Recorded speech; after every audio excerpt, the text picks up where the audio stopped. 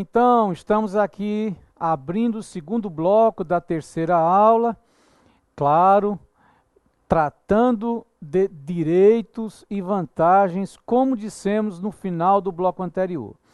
Você deve ter lido o artigo 170 e seguintes, mas agora nós vamos tratar do 178. Nós tratamos de algumas situações que estão abarcadas pela figura das chamadas concessões, e uma delas, que agora trataremos, é a do afastamento para curso, também a do afastamento para servir em organismo internacional e a do afastamento também para missão oficial. Veja aí o que diz o artigo 178. O servidor poderá afastar-se de suas funções para estudo ou para servir em organismo internacional. Estudo ou servir em organismo internacional, como a ONU ou qualquer outra organização internacional, com a qual o Brasil mantenha vínculo de cooperação, ou seja, o servir em organismo internacional, ou o servidor só poderá afastar-se para tal fim se o Brasil mantiver vínculo de cooperação com tal organismo.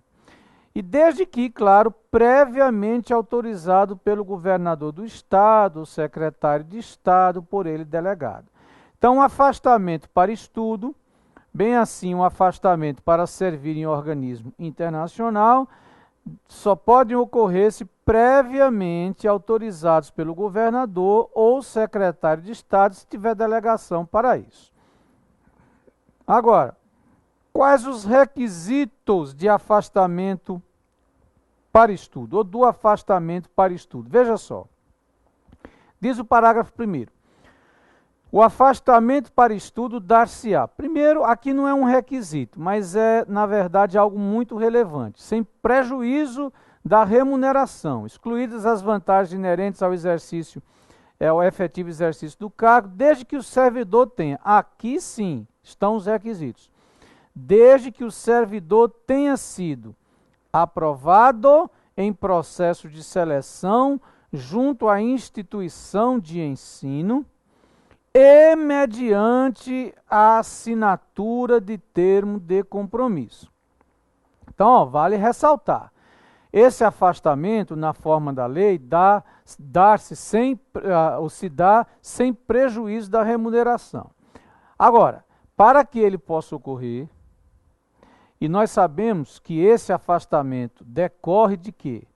De ato do governador ou de secretário de Estado, se tiver delegação para isso, para que esse afastamento, o afastamento para estudo, possa ocorrer, é necessário, primeiro, que o servidor tenha sido aprovado em processo seletivo junto à instituição onde pretende estudar e, claro, que haja a assinatura de um termo de compromisso. Nós veremos daqui a pouquinho o que é que esse termo de compromisso deve conter.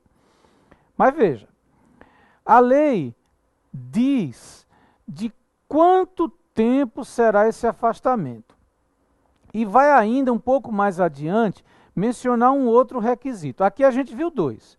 Aprovação no processo seletivo da instituição onde pretende estudar e o segundo requisito, assinatura de um termo de compromisso. O afastamento ocorrerá pelos prazos que estão declinados na lei. Veja aí, ó. O afastamento referido no parágrafo anterior, sem prejuízo das hipóteses de curso de menor duração, dar-se-á nos seguintes prazos. Uma especialização, que é o que nós chamamos pós-graduação lato sensu, 18 meses prorrogáveis por 3. Mestrado, 30 meses prorrogáveis por 6. E o doutorado, 48 meses prorrogáveis por 6. Fácil, né? Agora, como eu dizia antes, o que é que o termo de compromisso, que é o segundo requisito, deve conter: constará do termo de compromisso referido no parágrafo 1º deste artigo a obrigatoriedade de permanência do servidor público no Estado de Pernambuco, no órgão de origem ou em lotação conforme sua especialização, por período igual ou superior ao do afastamento, sob pena de ressarcimento ao Estado dos vencimentos pagos durante o período. Meus amigos, vejam e amigas, o Estado vai investir no servidor e ele assinou um termo de compromisso dizendo que, ao retornar, ele permanecerá no órgão de origem ou em lotação conforme sua especialização por período igual ou superior ao do afastamento. É justo? É claro. Como eu disse, o Estado investiu nesse servidor. Não faz sentido o servidor voltar pouco tempo depois, pedir exoneração ou querer, enfim, até mesmo não partilhar, não apresentar ao Estado, não permitir ou possibilitar que o Estado desfrute desse plus de formação, desse aprimoramento que ele obteve sob as custas, às expensas, às custas do Estado, não é? Muito bem, então é muito lógica e bastante razoável a previsão que nós encontramos aqui no parágrafo 3º. Em nenhuma hipótese, diz o parágrafo 4º, será permitido o afastamento se não for demonstrada a correlação dos estudos com as atribuições do cargo exercido pelo servidor. Então, veja, suponha que um procurador de Estado queira, sim, afastar-se para fazer um mestrado ou uma especialização em gastronomia. Se enquadraria aqui no que está no parágrafo 4º? Não. Veja então que nós temos aqui mais um requisito. Para que o servidor possa ser afastado para estudo nos termos do artigo 178, ele tem que, primeiro, demonstrar que foi aprovado por um processo seletivo na instituição onde pretende fazer o curso. Segundo, ele tem que subscrever, que é assinar um termo de compromisso. Esse termo dirá que ele, ao retornar, permanecerá por período igual ou superior ao do afastamento no órgão de sua lotação, ou no órgão de origem, ou em lotação conforme sua especialização. Portanto, pode não ser necessariamente no órgão de origem, mas a outra alternativa será em lotação conforme a sua especialização. E o terceiro requisito está aqui.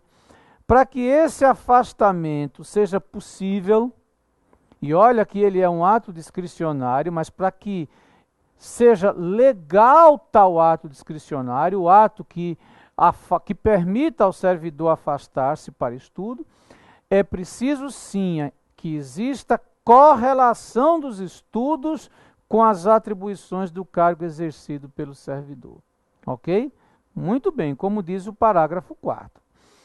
Agora, parágrafo 5º, olha aí, trata do afastamento para serviço em organismo internacional. Se o afastamento para estudo é remunerado, esse aqui não é.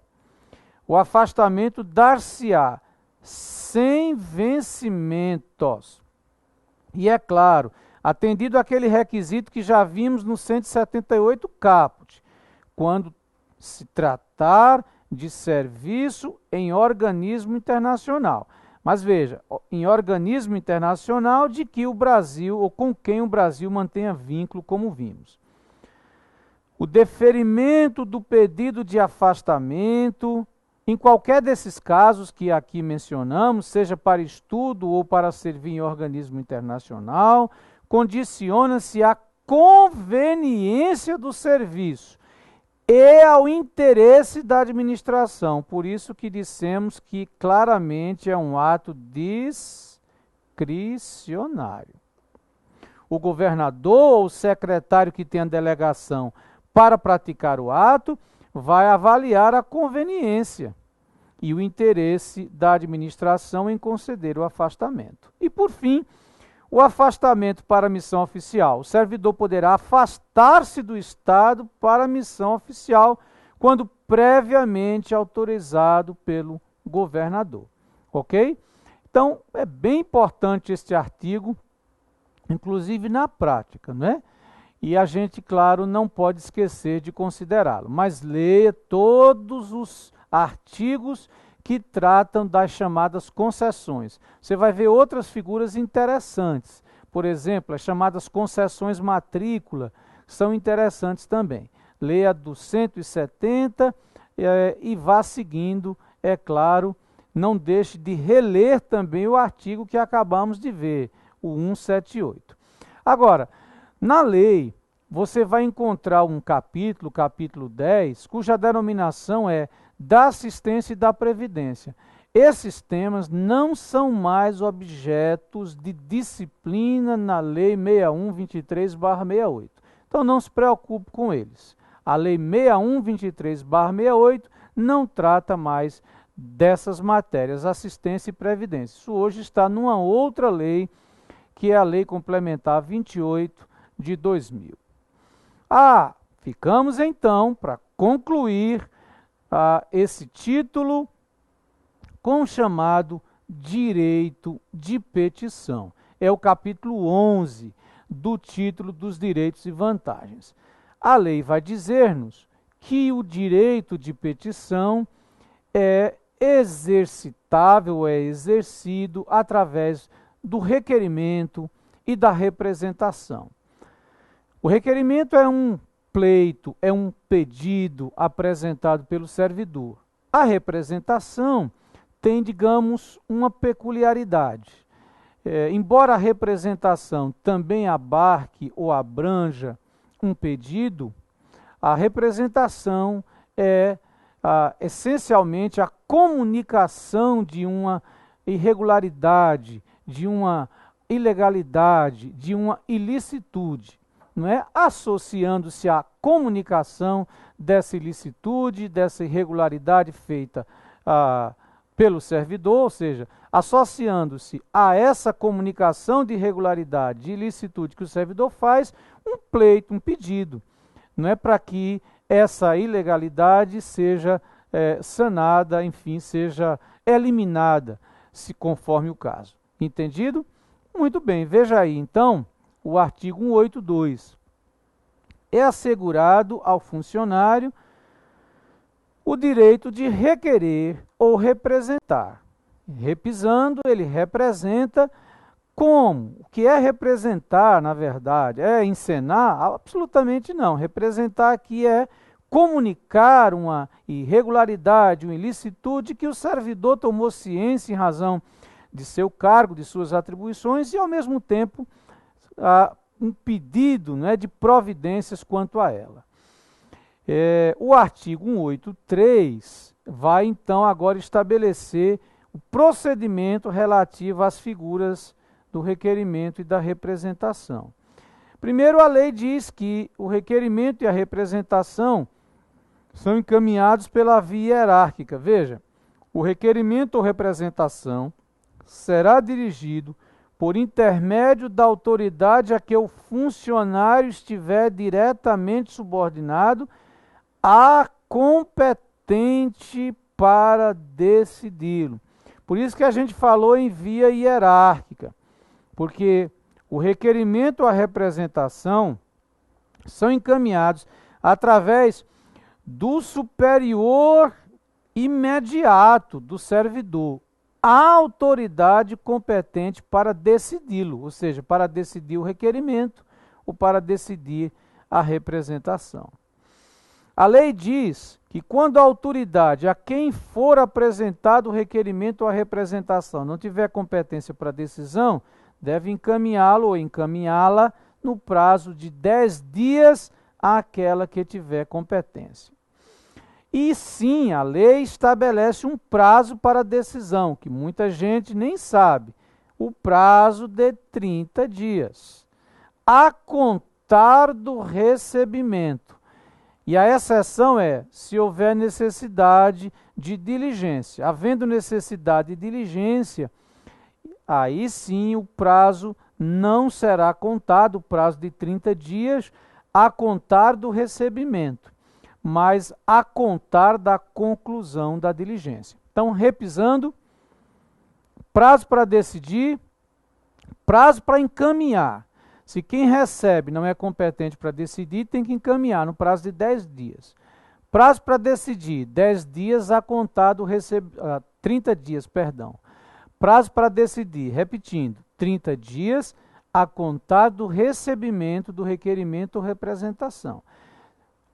Marco inicial desses 30 dias, a data do recebimento, como disse, estou reforçando. Agora, se houver necessidade de alguma diligência, o marco inicial do trintídio, gostou? O marco inicial do prazo de 30 dias é a data da conclusão da diligência. A lei diz isso, o prazo se iniciará do conhecimento da conclusão da diligência. Na verdade, não é nem da conclusão da diligência em si, mas do conhecimento da conclusão da diligência. Muito bem. Então, temos já 2 prazos. Vocês sabem que as provas gostam muito de perguntar sobre prazos. Então, lembre-se que 10 dias é prazo para encaminhar, 30 dias prazo para decidir. E esse prazo de 30 dias vai aparecer em relação ao pedido de reconsideração e em relação ao recurso. Vamos lá adiante, né?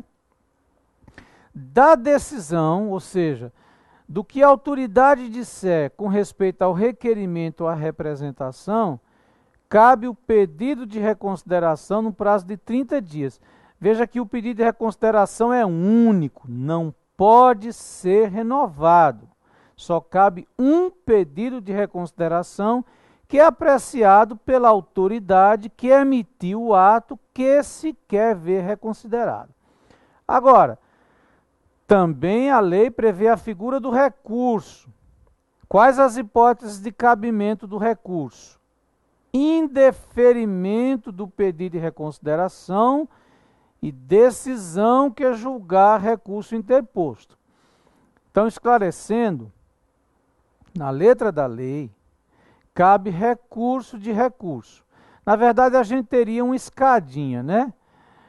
No primeiro degrau, nós teríamos a decisão relativa aos requerimentos e representações. No segundo degrau, teríamos o pedido de reconsideração. Então, se um requerimento meu foi indeferido, eu poderia entrar no prazo de 30 dias com um pedido de reconsideração. Se esse pedido de reconsideração também fosse indeferido, eu poderia entrar com um recurso. E, na forma da lei, do não acolhimento desse recurso, eu poderia entrar até com um outro recurso, dependendo da hipótese, mas a lei contempla essa possibilidade, ou seja, a lei contempla a possibilidade de se recorrer da decisão proferida já em grau de recurso. Está no inciso 2 desse artigo 185 que nós acabamos de ler. Lembre-se que o prazo para entrar com o pedido de reconsideração é de 30 dias. Existe prazo, né, para recurso, para interpor recurso? Sim. O prazo para interpor recurso é também de 30 dias. Está aí no parágrafo 1º. Veja, o recurso será interposto no prazo de 30 dias, perante a autoridade que tiver de proferir a decisão e julgado pela autoridade imediatamente superior, sempre respeitando, pois, a via hierárquica. O recurso é interposto pela autoridade que tiver de proferir a decisão, mas sobe, né? É remetido à autoridade imediatamente superior. No encaminhamento do recurso, a autoridade recorrida observará o prazo estabelecido no parágrafo 1º do artigo 183. Ou seja, a autoridade que recebe o recurso e vai encaminhá-lo à autoridade superior para a decisão, deverá fazer esse encaminhamento no prazo de 10 dias, conforme nós já vimos, né? Lá no parágrafo 1º do artigo 183. Essa figura do artigo 186, daqui a pouquinho a gente projeta o preceito, é interessante, certo? Não vou fazer aqui nenhum juízo sobre a constitucionalidade ou não dela, sobre a aplicabilidade ou não dela. Para a prova é importante. O que é que a gente vai ver no artigo 186, meus amigos e amigas? A gente vai ver uma figura curiosa, que é a do indeferimento tácito. Quando você estudou direito administrativo, você deve ter visto a possibilidade da lei conferir efeitos jurídicos ao silêncio da administração. É verdade, a lei pode conferir efeito ou eficácia jurídica ao silêncio. Isso não torna o silêncio da administração um ato administrativo. Assim é para a maioria dos administrativistas brasileiros, mas um fato administrativo. E aqui a lei fez isso. A lei conferiu eficácia ao silêncio da administração. De que modo? Prevendo que, se a administração recebe um requerimento, uma representação, se a autoridade competente recebe o requerimento, a representação, um pedido de reconsideração, ou mesmo um recurso, e não delibera no prazo de 45 dias, em princípio, tem-se como indeferido o requerimento, ou o recurso, ou o pedido de reconsideração, ou indeferida a representação. Veja aí, artigo 186. Será considerado tacitamente indeferido o requerimento, a representação, o pedido de reconsideração ou o recurso que não for decidido no prazo de 45 dias, a contar de quando? Como eu disse, da data de seu recebimento pela autoridade competente para a decisão. Qual é a exceção? É se houver a necessidade de diligência ou parecer especial. Nesse caso, no caso de diligência ou parecer especial, o prazo de 45 dias é acrescido de mais 15, ou seja, passa a ser de 60 dias. É isso que diz a lei. Então, para fim de prova, vale o que está aqui.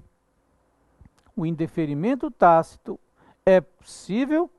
Sim. A lei diz que ele ocorre se transcorridos 45 dias do recebimento, do requerimento, da representação, do pedido de reconsideração do recurso, sem que a autoridade tenha emitido nenhuma decisão.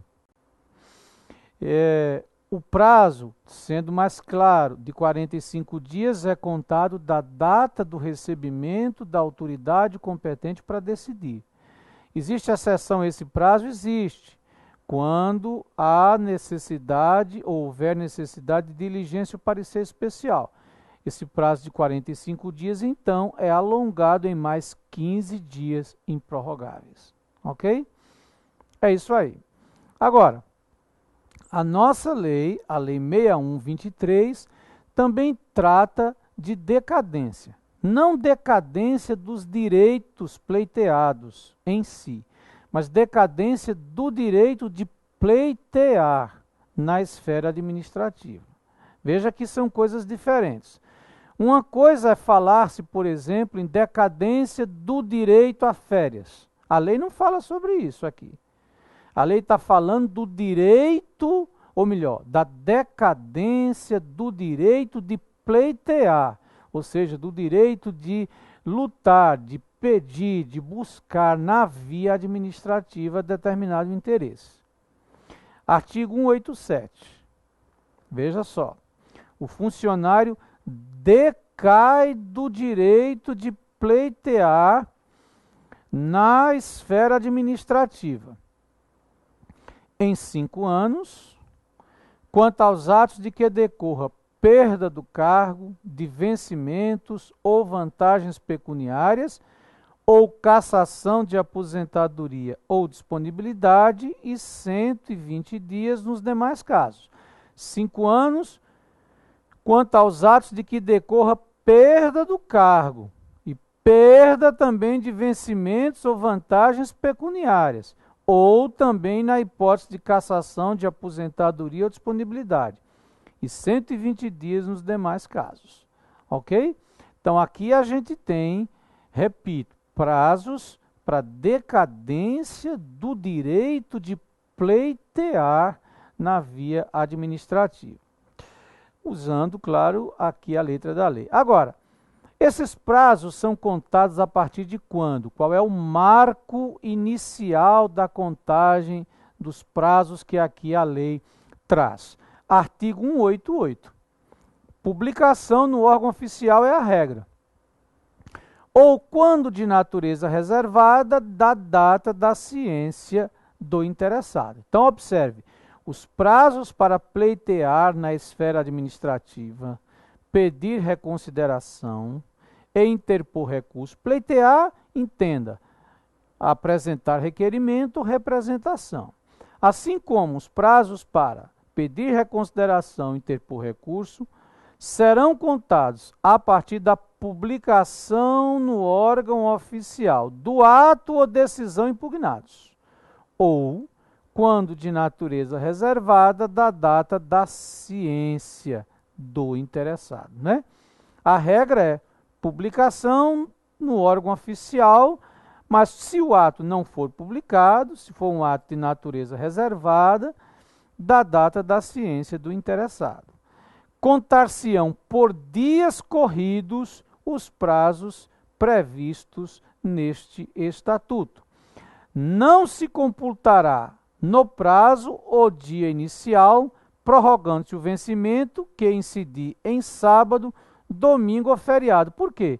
Porque nesses dias, sábado, domingo ou feriado, não há expediente.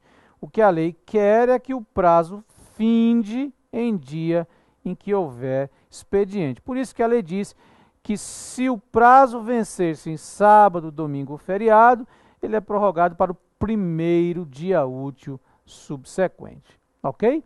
É isso aí. Então nós terminamos o título Direitos e Vantagens. Não vimos tudo, porque é um título muito extenso e a gente tem, na verdade, as limitações de tempo, mas nós vimos muita coisa. E você vai ler o restante desses títulos e, se tiver dúvida, pode mandar o seu e-mail que nós teremos prazer em responder. Tá certo? Mas destacamos, sem dúvida, aquilo que é mais relevante, que é aquilo que tem sido mais frequentemente objeto de questões em prova. Mas você não está dispensado de ler toda a lei, é claro, ou seja, de ler aqueles artigos que nós não pudemos comentar. O nosso próximo bloco, então, já vai agora tratar de um outro assunto, que é regime disciplinar. É um outro título, é o título 5º da lei.